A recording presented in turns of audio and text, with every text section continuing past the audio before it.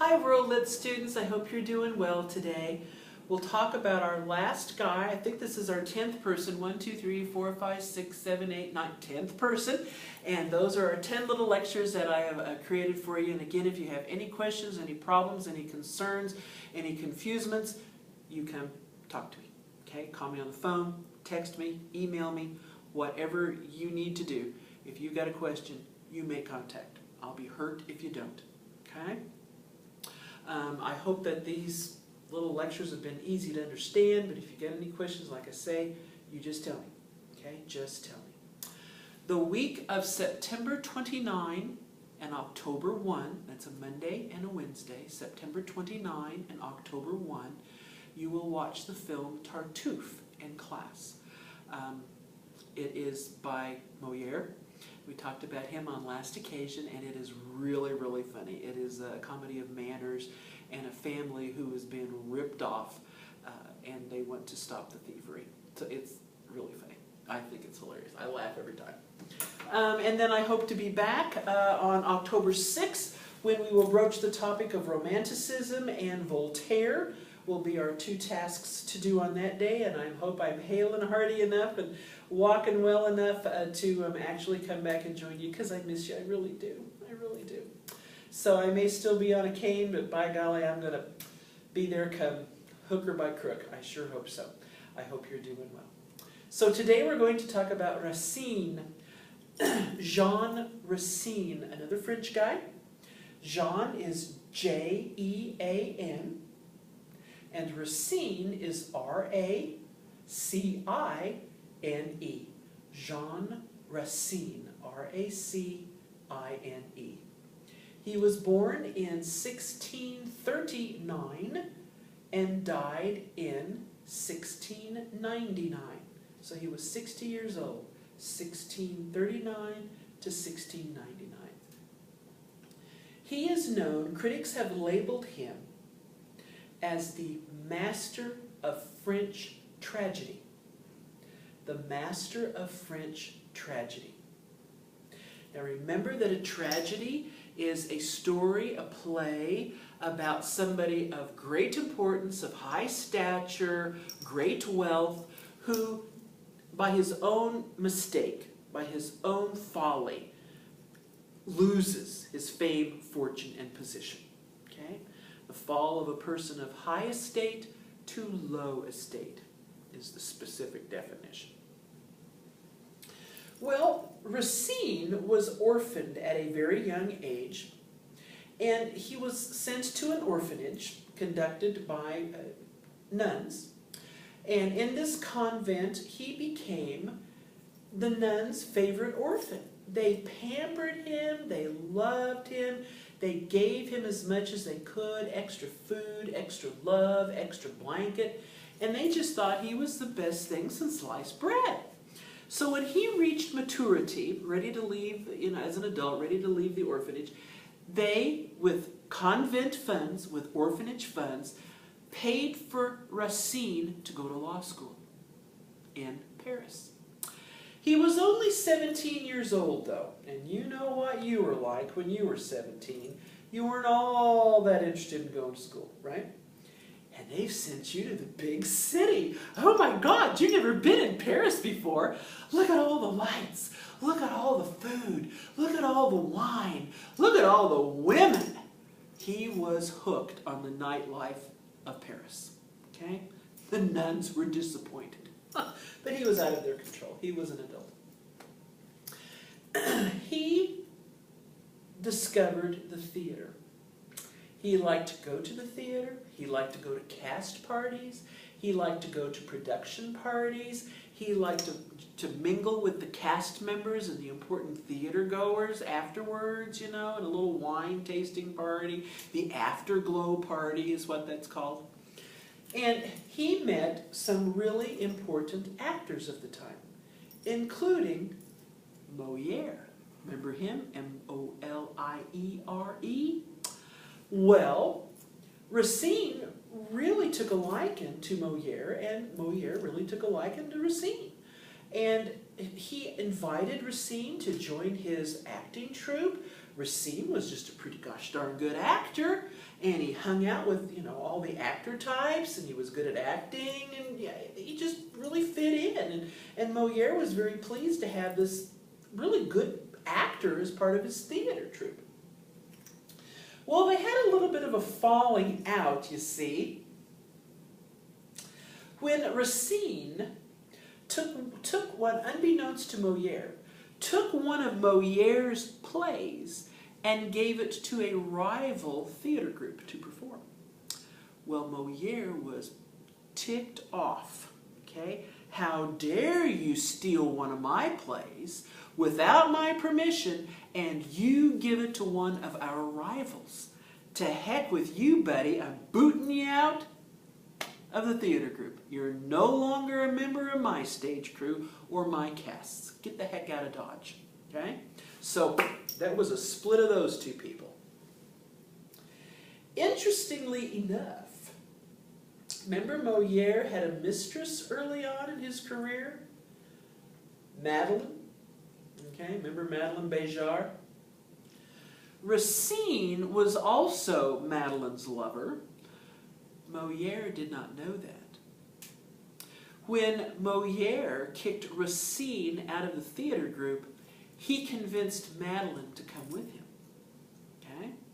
So Racine stole a play from Molière and stole his woman to boot. There's a lot of bad blood between these two dudes. Okay? Well, Madeleine and Racine decide to develop their own theater group. They've had experience. Racine says, I think I can write a play as good as Molière writes a play. Give me some paper. And he begins to write tragedies. He develops his own theater troupe, and it is a pretty gosh darn good troupe. They're very accomplished on the stage. Racine is an accomplished director, production guy, set designer. I mean, he really does a good job. And so he invites the King of France constantly to any Parisian performances. He wants the king's favor. He wants the king to like him more than Molière. Remember, Molière was the king's favorite? Well, lo and behold, the king comes to one of Racine's theater troupe's production. The king loves Racine and his work and pulls his favor very publicly away from Molière and his theater troupe and gives his favor to Racine. Now, Molière is really ticked off. Racine stole his play, stole his woman, stole the king's blessing. Okay? And that really crushed Molière, and he didn't live too long after that horrible year of his life. So, Racine wrote basically he wrote a lot of plays, but he's known for 7 plays. Okay? They're all tragedies. And these, I'll just give you a couple of them. One of his tragedies for which he is known is a dramica. A dramica. A-N-D-R-O-M-A-C-H-E.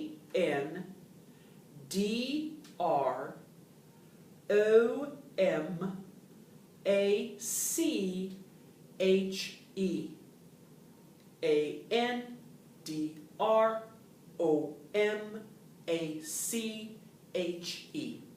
1667.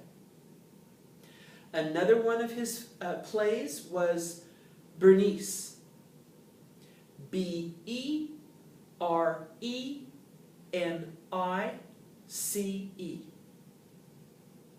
B-E-R-E-N-I-C-E.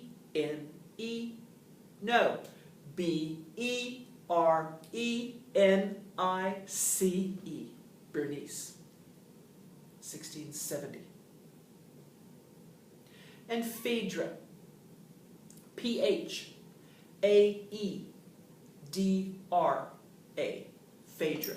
P-H-A-E-D-R-A.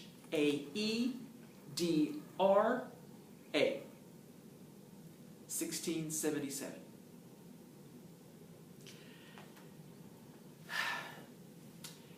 Many of his friends, Racine's friends, were devout Catholics. And they wanted to save Racine's soul from the theater. They thought it was an unseemly occupation, preoccupation. And so Racine was saved through the intervention and the care of his friends and priests.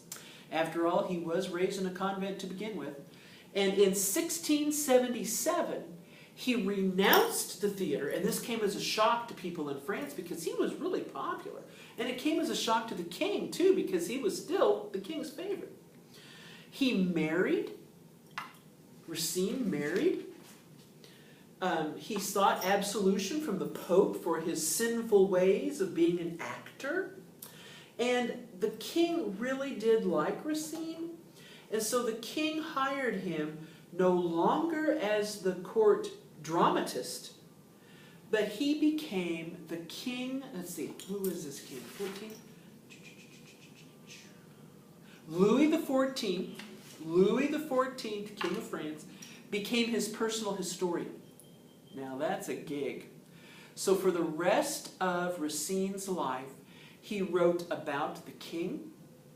He wrote about the king's activities, the activities of the court.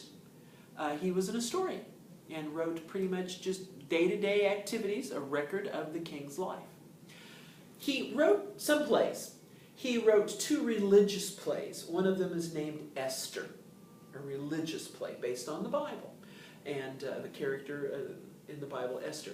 And he published that in 1689, Esther, 1689. He had 7 children, and he really created noble characters, because in a tragedy you have to have nobility, because the main character is going to lose all of his import and all of his value. You know, you're really going to fall from a high position in society to a low position. And so you have to be able to carry that off, to be able to cope with that disappointment and crushing blow.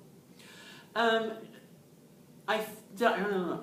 Did I tell you that French theaters were originally tennis courts? Converted tennis courts? Tennis was the rage in the 1600s in France, and everybody played. You didn't have tennis togs like Venus Williams has designed, but people wore ordinary street clothes, their high heel shoes. Men wore high heel shoes too. Everybody wore great, huge powdered wigs. Women's skirts were very broad. They couldn't go through a doorway face on. They had to go through it sideways because of the width of their skirts. And they played tennis during the daytime, I guess, and they watched dramas in converted tennis courts. Kind of awkward. There was no permanent seating. You had to, of course, light it because tennis courts were indoors at that time. You couldn't sweat too much. And so it was really long and narrow. There wasn't really a stage. There was just a space at one end of the tennis court where the acting would take place. Actors had no wings from which to enter. They simply walked to the acting area from the audience area. So it was really kind of stilted. There wasn't a whole bunch of scenery. That's how come so many plays just have one set, because they didn't have the opportunity or the ability to trade in and out a lot of sets. So I think that's really kind of interesting. His characters, French plays, never had any direct violence on the stage. Kind of like the Greeks. They didn't have any direct violence on the stage either. So anyway, that wraps up our last playwright of this section. Remember that we will watch a film the 29th and the 1st of 29th of September and the 1st of October. I hope to be back, oh gosh I do, on October 6th. Your next exam is October 22. Mark that down, October 22. So come to class on October 6th. I'll be back and I'll hug each of you. I'll limp right over to you and give you a hug. Thank you for your patience. I really appreciate it. It really tells me what kind of men and women and students you are and friends that you are. And I appreciate your ability to cope and to survive without your teacher. So if you have any questions, you ask. Don't hesitate. Not a problem. I wish you well, and I hope you're happy and healthy, and I'll see you soon. Thank you very much. Bye-bye.